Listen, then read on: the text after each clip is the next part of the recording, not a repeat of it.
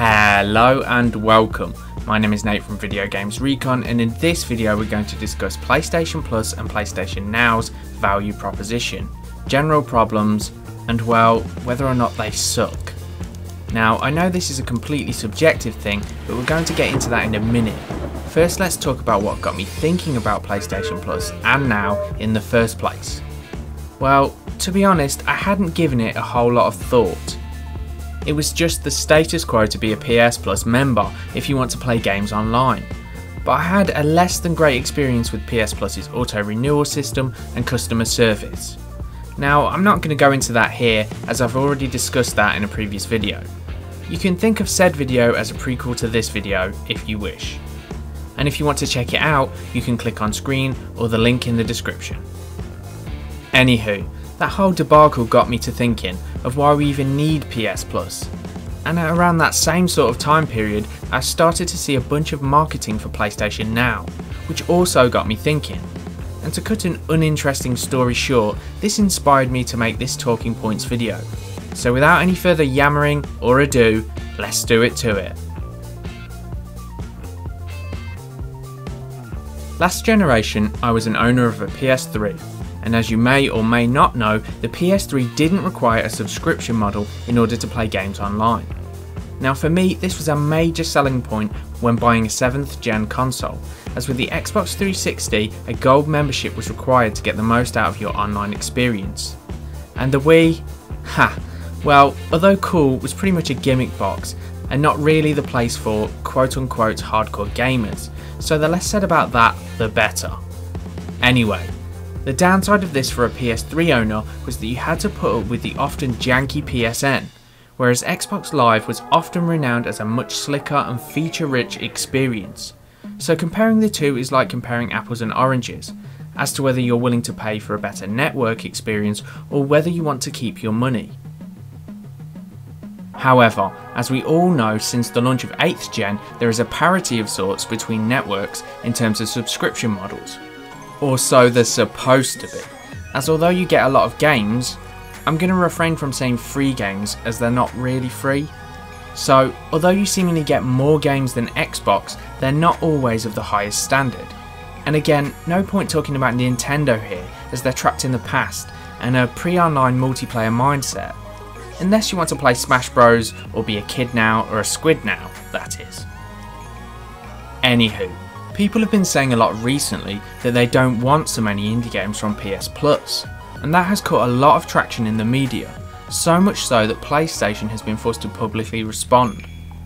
But for me that is unfair, as there are plenty of indie or lesser known games that are good. I mean, take Rocket League, Transistor, Resogun, Limbo, the list goes on. I think the problem with their lineup is that they've not been sprinkling in enough AAA or higher quality games, like Dishonored, Metal Gear Ground Zero, Injustice, Gods Among Us, Infamous First Light, and so on, that tend to give more of a complete or high quality experience. But for me, this detracts from the real questions that should be out there, in does it offer value for money? Is the money going back into their network, and is it really necessary or just another way to nickel and dime people? First off, does it offer value for money? Well, that depends. For me, I think it does offer some value, as I get a bunch of random games each month, not free, but let's say cheap, with which I can make let's plays or use for footage in videos. But unless you're really hardcore and go through a lot of games, I'd guess you'd rather hold on to that money and spend it on new releases that you actually want. This becomes especially tricky if you're a kid, as you probably don't have a lot of money. Whether having PS Plus helps in that regard, as you get to play a lot of different games for a set price, or detracts as it takes money away from a game that you wanted to get, I can't really say, as I'm not a kid. But if you are one and have PS Plus, feel free to leave your thoughts on the matter. But as I said, this one's very subjective. Is the money going back into the network and feature sets? Well, although the network and some new features seems to have had some improvement from the looks of it, I'd have to say no. If I was to guess, I'd say that most of that money has gone into Sony's profit margin. as the PS4 is still lacking some very basic features up until recently, even compared to the PS3, and is leaps and bounds behind Xbox Live in that regard.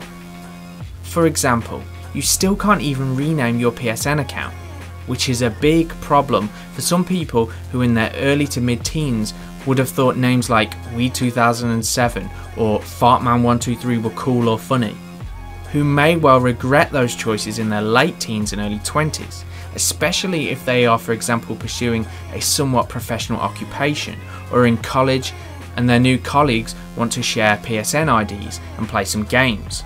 So basically the network, although very slowly improving, is still pretty janky and not a whole lot better than the PS3 network, which was free. And lastly, is it necessary? Well, to that I'd say ask a PC gamer, and I think you'd find them bamboozled as to why we pay Sony or Microsoft to let us use the broadband you already pay for, as well as the game servers you've already paid for when you bought the game. Honestly, the PlayStation Network has very little involvement in that whole equation. Now, I don't want to feed any PC Master Race egos, as I game on both console and PC, and although technically you can do a lot of things you can't do on a console, presuming of course you have a powerful enough rig, it comes with a lot of issues and baggage, like expensive hardware, dodgy ports, in my experience lots of crashing, less convenient, and so on.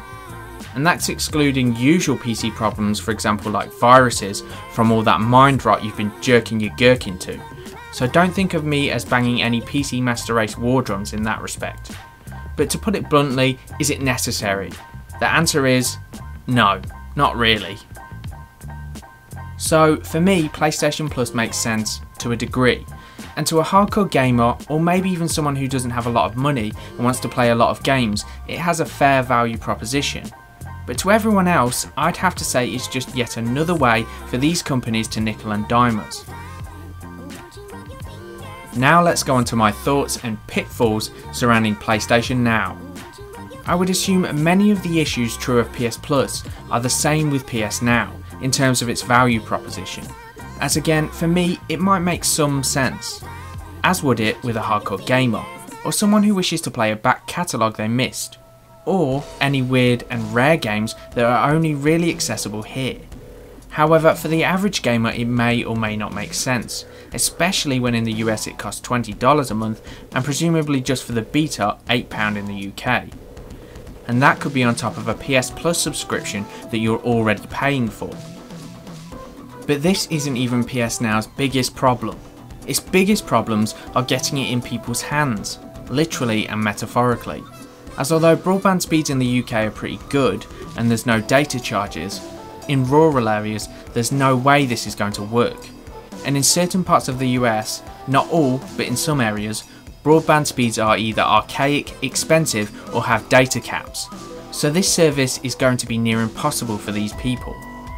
On top of which, from what I hear, if you connect to the internet via Wi-Fi on your PS4, you're shit out of luck, as you tend to get unstable results. So you'll have to dust off your Ethernet cables to get the most out of it. Technical difficulties aside, the next major problem it has is to literally get it into people's hands, which is a similar problem to that of VR, in that as cool as it may or may not be, until we actually get to play it, people aren't going to be convinced in the tech, and thus not willing to fork out the cash. As I don't know about you, but there's no way I'm going to shell out for either until I've played them somewhere, and there's no way you're going to have played either VR or PS Now unless they're out there in people's houses to play. Unless of course they bung them in as many game stores as possible, and you feel the limited time you spend with it is enough to make an educated decision. So it's a which came first, chicken or the egg type situation. However, it may be near impossible with the Morpheus for example to do this without whacking them in every store or being able to rent them. But with PS Now, this could easily be rectified by soft launching a free 1-month trial to all PlayStation Plus members. Firstly, it would shut up all that noise about not having good or AAA games to play, at least in the short term. Secondly, if they soft launch it so not everybody's on it at once, it won't overload the servers. And thirdly, it will give people a chance to try it. and from what I've heard from people who have, it's quite interesting and something they may use again. And honestly, it does look cool, and as long as the price stays low, maybe curiosity might get the better of me. But it most likely won't.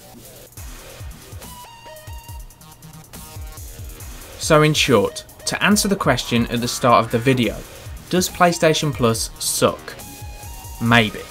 It depends on the person. For me, auto renewal aside, I'd probably say no, just for the games I can record. But for most people, probably yes. And as for PlayStation Now, does it suck? Again, maybe. Honestly, who the fuck knows? I'm probably never going to know, as without trying it, I'm not going to be buying it. So, these were my thoughts on PlayStation Plus and PlayStation Now. And like I said, prior to this, I hadn't given it all that much thought. But what do you think about these services? Value for money or nickel and diming tactics? Feel free to hit me up with your thoughts. And as per usual, this just leaves me to say if you enjoyed this video, please like, comment, share and subscribe for more BS of a similar nature. Thank you and goodbye.